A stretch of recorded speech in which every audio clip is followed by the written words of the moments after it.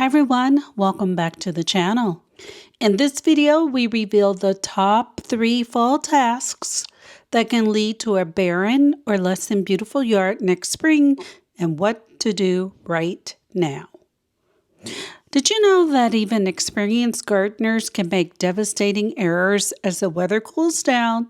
And this has nothing to do with what you're planting this fall, but these errors are way more fundamental. These mistakes can kick off a chain reaction of failure that can lead to a yard full of frustration, disease, and disappointment come springtime. Number 1, excessive cleanup or over-tidying, particularly the removal of all plant debris, leaves, and seed heads. While a neat garden may look appealing, this practice can disrupt the ecosystem critical for spring growth. So fallen leaves like these, stems, seed heads that will remain on plants, they will provide insulation for plant roots, protect beneficial insects like pollinators that overwinter in the debris, and enrich our soils as they decompose. Stripping the garden bare exposes the plants to winter damage, reduces soil fertility, and eliminates habitats for wildlife that support a healthy garden. Instead, leave some healthy debris, cut back only diseased plants, add a thin layer of well-decomposed compost, which I've already done here. Remember, compost is the perfect meal. It gives a wide range of nutrients that are released slowly, feeding the plants as they need it. But it does even more than that. It will improve your actual soil structure, helping sandy soil to hold water better and clay soil to drain better.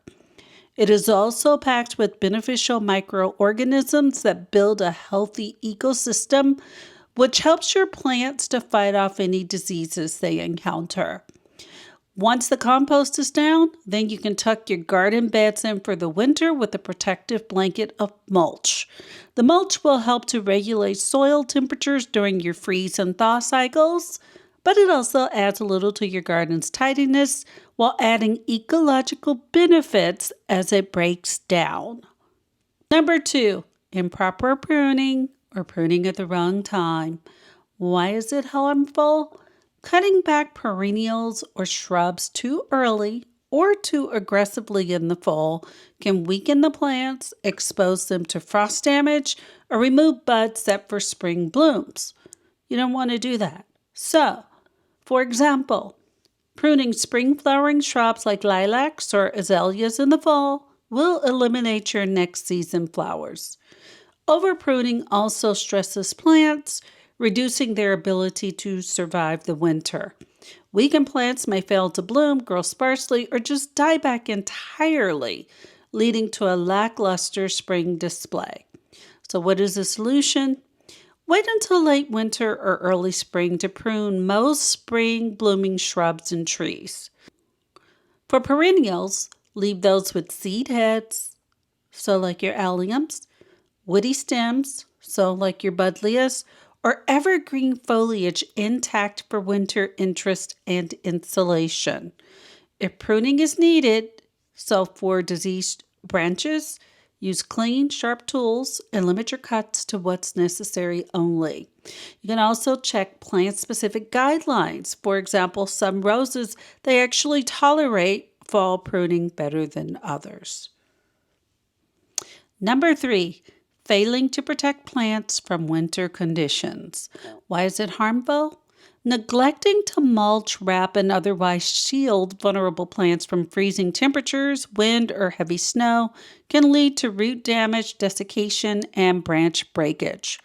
This is especially critical for newly planted perennial shrubs or marginal hardy plants in your USDA zone. For example, this Daniela Flex lily is a Zone 9 plant. We garden in Zone 8, and unfortunately we went out kind of late to cover it with burlap before the cold temperature set.